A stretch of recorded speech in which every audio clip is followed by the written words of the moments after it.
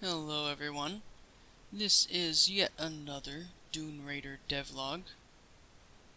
Over the past few months I have been working on adding new physics systems to the game, as well as a few rebalances and finishing the Oasis. Starting off with the Oasis, we now have structures. I threw out the old pale, low quality looking structures I had and modeled some actual Adobe buildings. You can now find these in boneyards that spawn in the Oasis, as well as a modified bandit camp structure that generates towns. These towns are significantly bigger than bandit camps and are quite harder to navigate as well.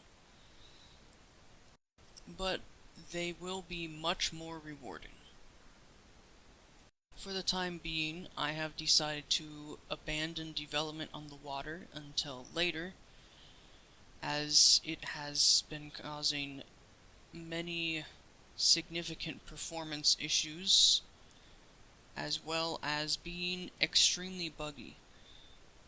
So that will have to be worked on at a later date.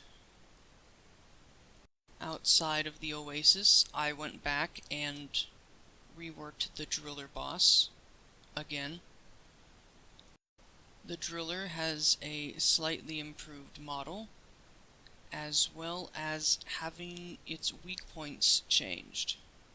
Instead of the weak points being next to the drills on the body, they are now in between them and are significantly bigger, making it actually possible to hit them and easier to do so without hitting the drills afterwards. The weak points are also now rings around the body instead of specific points, and I have finally confirmed that it is now possible to beat the boss, as it was not before due to how extremely difficult it was to hit the specific weak points.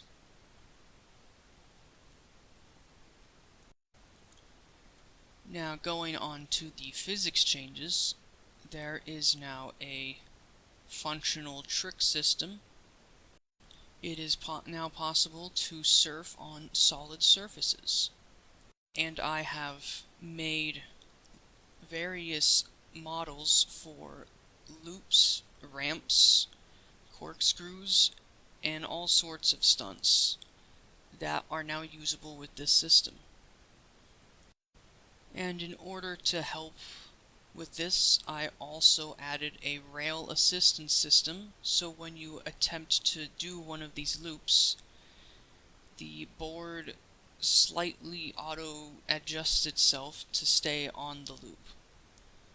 So even with the wackiest of stunts, it's not going to be insanely hard to steer the board. I am still working on a generation system to create these loops and stunts in a sequence, but for now they should be able to populate the world in boneyards. In my next update, I also will add a system that rewards the player for doing these stunts, in the form of courage points. These points can be used to ignore the cooldown on various abilities, for when you really need another dodge. Another change I have made to the player has been how attacks work. The attacks are now holdable. In the old system, whenever you attack, there is a split-second warm-up time to charge your swing before actually attacking. This has now been changed so that you can hold the attack button to do the warm-up and then release the attack button when you want to swing. This should make it easier to time attacks, as before you had to anticipate where you would be in half a second for timing your swings. Now you cannot hold your attack forever. After 2 seconds you automatically swing. That way you cannot simply hold left click for the whole game until you need to attack.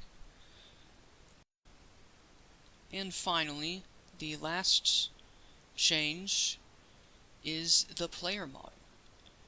I have redone the player model so that it looks less blocky and more realistic. For starters, the player now actually has a hand to hold things with, and the clothing looks more believable.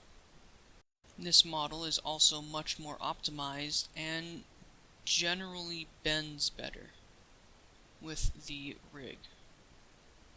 It still has much room for improvement, but it looks a lot better than the original model I made a year ago. I also hope to be doing remodels for the Harpy and potentially the battleship, as its model is rather low in terms of detail compared to the other rafts in the game. The new Harpy model, as well as a finalized trick system, and possibly the next region, should be in the next devlog. But until then, later.